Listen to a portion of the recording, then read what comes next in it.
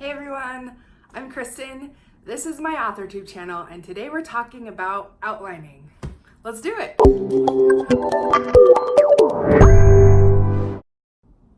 I've talked about the way that I outline my stories before.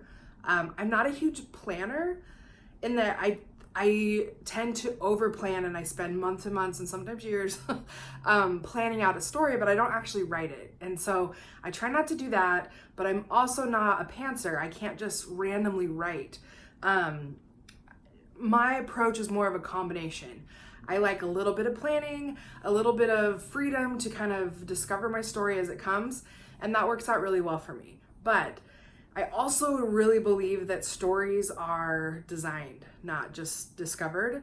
And so that's really important for me in my writing, and I think for most authors as well, is designing the story and making intelligent choices. And some of that comes in the planning stages, but if you're not a planner, that can certainly come in the editing stages as well. But for me, and since this is my channel, I really get a lot of benefit out of doing some initial planning before I start writing, just so that I'm not all over the place. So that's what this video is about. The way that I like to do it is a method called the Snowflake Method. And I don't know if you guys have heard of that. It's really, really fantastic, and it works really well for the way that my brain works. And what it is basically you start with like a triangle. This is not a triangle. Whatever. You start with a triangle and you add more detail and more detail until those triangles kind of go inward and turn into these cool little like designs. And as your story develops, so does the triangle, and it transforms itself into a snowflake.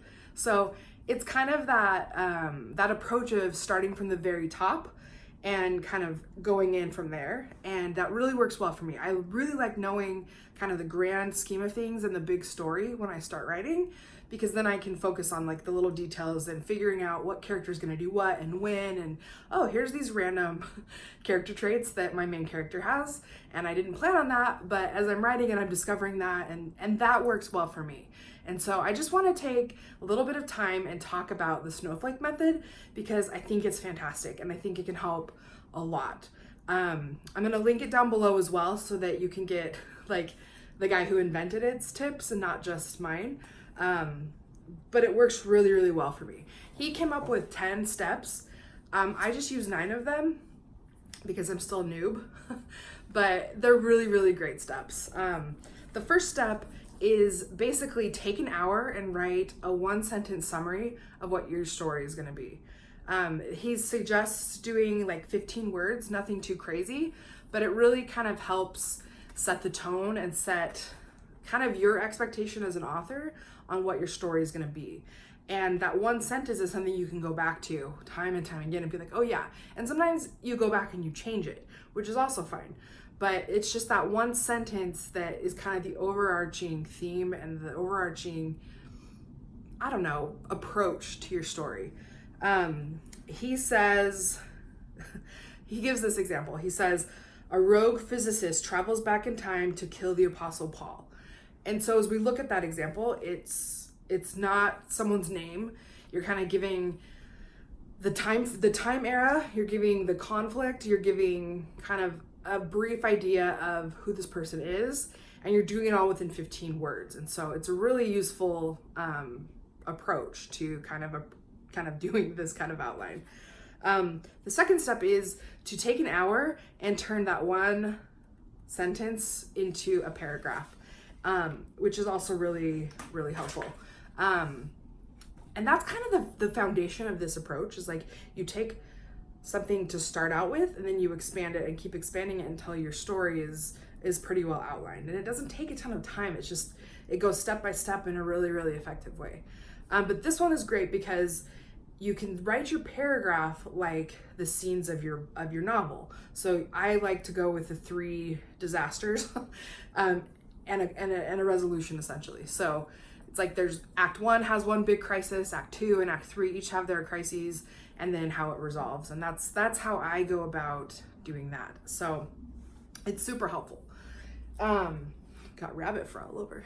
One of these days I'm going to invite not invite. I'm going to introduce you guys to my rabbits. They're fantastic. You'll love them. Step 3 is to do a 1-sentence, is that right? Yeah, a 1-sentence summary of each of your characters.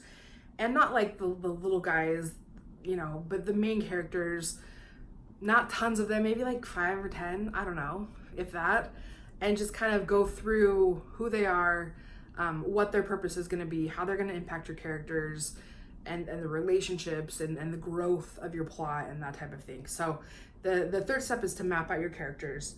The fourth step is to take every sentence in the paragraph that you wrote, which is like you start with the main sentence and then you break it into the paragraph, and then every sentence in that paragraph you turn into a new paragraph.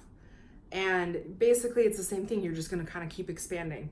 And then step 5 is to do the same thing, but do 1 paragraph for each character. And so you're going to take that sentence and you're going to expand it out. And so as you kind of go through this, you're seeing how you start with a very basic shape. You start with a 1-sentence explanation, a summary, and then you build on that. And it's so helpful. And like suddenly things are just kind of appearing and you're making these connections, and it's really great. Step 6 is to take each of those paragraphs that you wrote, and at this point you should have a solid, let's see, say your first paragraph with 5 sentences, so you should have about 5 paragraphs at this point, and you're going to take each of those paragraphs and turn them into a full page. And so again, you're just breaking it out, and if you go by the conflicts and the acts like I talked about, then you're kind of setting yourself up for success in that your story is going to be really structured, and not in a like binding kind of way. It's not like, oh, it's so structured that I don't have flexibility. It's not like you're mapping everything out, but you have an idea of what each of these acts are going to be, and that's crazy helpful for me at least. And I am not a big planner, like I said, because I could spend years on this stuff, but it's really helpful for me to at least have this kind of an outline going so that I can allow myself the flexibility to write, but not get bogged down in like that, oh no, where am I going next? So helpful. I have another sheet. Guys, I'm so nerdy. I have to have notes. Okay, and step 7 is character charts. Just kind of expanding them out. Write down their favorite colors, write down their favorite movies, what motivates them, what their pain points are, all of that good stuff, so that you're really kind of rounding out your characters. Step 8 is to actually start writing, which some of us could be planners for years. So step 8 is really important. And then step 9 of my stuff is work out the logic problems, because that comes up as you write. You can outline all you want, you can plan all you want, but when you start writing, you start discovering your characters, you start getting really into the plot, you start really turning your ideas into a piece of work, a piece of fiction, and that's really cool. And with that fiction comes glitches and logistical problems, like, oh, well, when is my character going to do this? And I know my character needs to have this problem. Where's that going to be introduced? And when is she going to fall in love? When is she going to have her heart broken? Like that kind of stuff you get to weave in, and it's really, really easy and fun and flexible when you do it with the Snowflake method. So that's my ideal way to outline. I know it's not everybody's ideal, but I think that it's a great way to kind of get your arc going and to get your outlines super on paper, but also like able to do other stuff too. So anyway, it's a great method.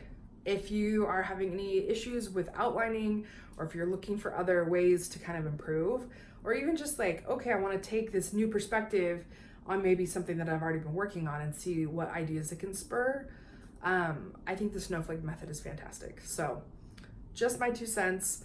Let me know if you like this video by subscribing, by liking it, dinging that little bell, and also comment below. If you like the Snowflake method, let me know why. If you hate it, let me know why. But also, what do you use for your outlining method? I think it's great to share these kind of successes and these kind of things because it helps us all be better, right? So yeah, hope you enjoyed this video, and I will see you guys next time.